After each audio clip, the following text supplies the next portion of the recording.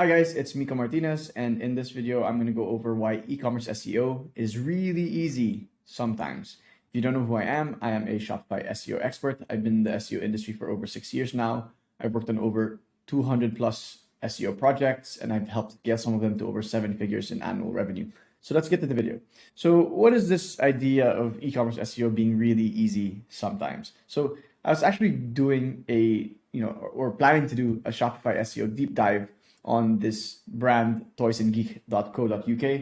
It was suggested by one of our Shopify SEO mastermind members, Joseph, and I wanted to do a deep dive on this. And while looking at the site metrics, I looked at the site and I was like, there's nothing incredibly special about the site, right? Like it has a DR 0.4, so it doesn't have that many quality backlinks. I look at the content and it's pretty basic, right? Like H1, product grid, no other content on the site, barely any filters in the faceted navigation. But in the end, it's incredibly clean, right? Like you can see it has a very clean navigation menu.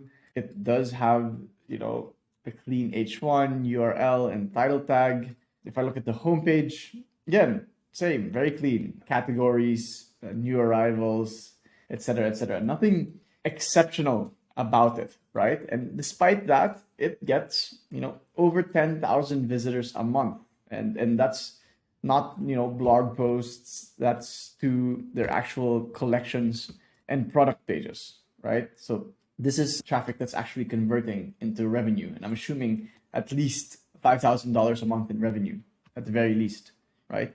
And the reasoning behind that is like, okay, yeah, we have our our playbook where it's technical SEO, content, backlinks. So why does this site, that's not doing anything exceptionally well, making at least $5,000 a month, getting 10,000 visitors a month? Why, right? And it all comes down to the difficulty of the niche, the difficulty of the specific keywords, the difficulty of, what the competition on the SERP. Because in the end, SEO is a competition, right? If you look at how fierce a keyword like best VPN is, you can see that, at the top 10, they're all DR90 or DR80, 86, and then the rest are all DR90 with hundreds, if not thousands of backlinks, right? That's a difficult keyword. That's a difficult search, right? And then you look at a site like toysandgeeks.co.uk where it's like barely any backlinks. Like this whole site has less backlinks than that one page for best VPN. Right? And if you look at the quality of the backlinks, they aren't even high quality, right? Let's look at domain traffic 1000 and DR30 and do follow, right? There's 4, right? So that, they don't have a strong backlink profile.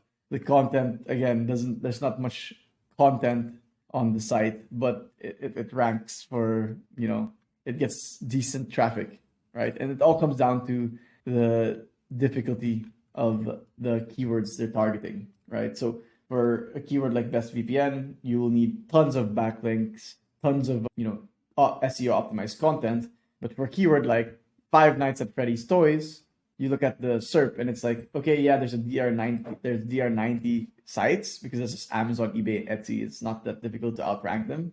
And then these pages all have 0 backlinks, right? And then if you look at the sites that aren't Amazon, eBay, Etsy, it's Toys and Geek, which is a DR0. I love naf.co.uk, which is a DR14. You have Unicorn Punk Boy, which is a DR2, and then obviously the DR74 Smiths and Toys, which is a huge toy brand, ranking #1 for that, which is a DR74. And then if you look at the pages, they all have no backlinks. So this is a page where it's not very difficult to rank, and you can see okay, what did it take for this brand to rank for it? Just an optimized H1, optimized URL, optimized title tag. The product grid helps because having options for customers to purchase, like the different Five Nights at Freddy's toys, helps. But that's it. There's no other content on the page. Obviously, what else helps is the other collections, right? If you have other collections of toys, right? Like in this case, you have Mario, Fortnite, Funko Pop, Super Mario, right? Other stuff like that. Other toys, basically, helps actually generate some expertise or authority in the toy industry or the toy niche, right? Like having more of these options within the collections itself and other, options in terms of different collections actually helps, right? Like we have One Piece Funko Pop, Fallout Funko Pop, so different Funko Pops. And if you look at the specific products, there's barely any content on the page. And again, it comes down to, the difficulty of that specific keyword, right? So this has a lot of search volume. Not sure that's accurate, but yeah, like One Piece Funko Pop. Again, it comes down to the difficulty of the SERP. Yeah, there's barely any backlinks going to these pages. And yeah, if you look at the pages also of the competition, like for example, like, okay, Toys and Geek is ranking, right, with the DR0. Who else are they competing against? I Love NAF, Unicorn Punk Boy. I'm gonna ignore Amazon, eBay, and Etsy because just because, like, these large e-commerce sites, like, it's not difficult to outrank them because you can, outrank them in terms of like just showing expertise for the specific stuff, the specific industry or specific niche, right? Like Amazon is not a toy brand. eBay and Etsy, they're not toy brands. If you just show that you're a toy brand that carries a lot more of these toys, it's easy to outrank them. And if you look at the competition, like I Love NAF, like, yeah, you can kind of understand why it's not so difficult to outrank them, because it's not exactly the best shopping experience, right? Yeah. Again, back to the original idea of why e-commerce can be really easy sometimes is because if you can find keywords that are not difficult to rank for, or like have low keyword difficulty, and the keyword difficulty, like you can measure it not just based on like, the keyword difficulty score on Ahrefs, you can also just look at the SERP, right? Like who's currently ranking on the SERP? Like if it's Amazon, eBay, Etsy, yeah, I mean, like these are huge authority sites, but they aren't authorities in your specific niche or industry, right?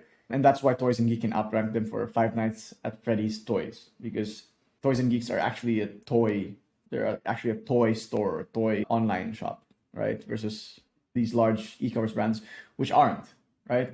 I guess that's a lesson here. No matter what industry or niche you're in, you can always find these low competition keywords that you can rank for. And even like this specific brand, it's arguable that you can create a toy Shopify store, just add more content to these pages and outrank them, build some backlinks and outrank them, right? So yeah, that's it for now. This is a quick one. I hope this was helpful and that you learned something from this video. But yeah, that's it for now. Thanks for listening. Cheers.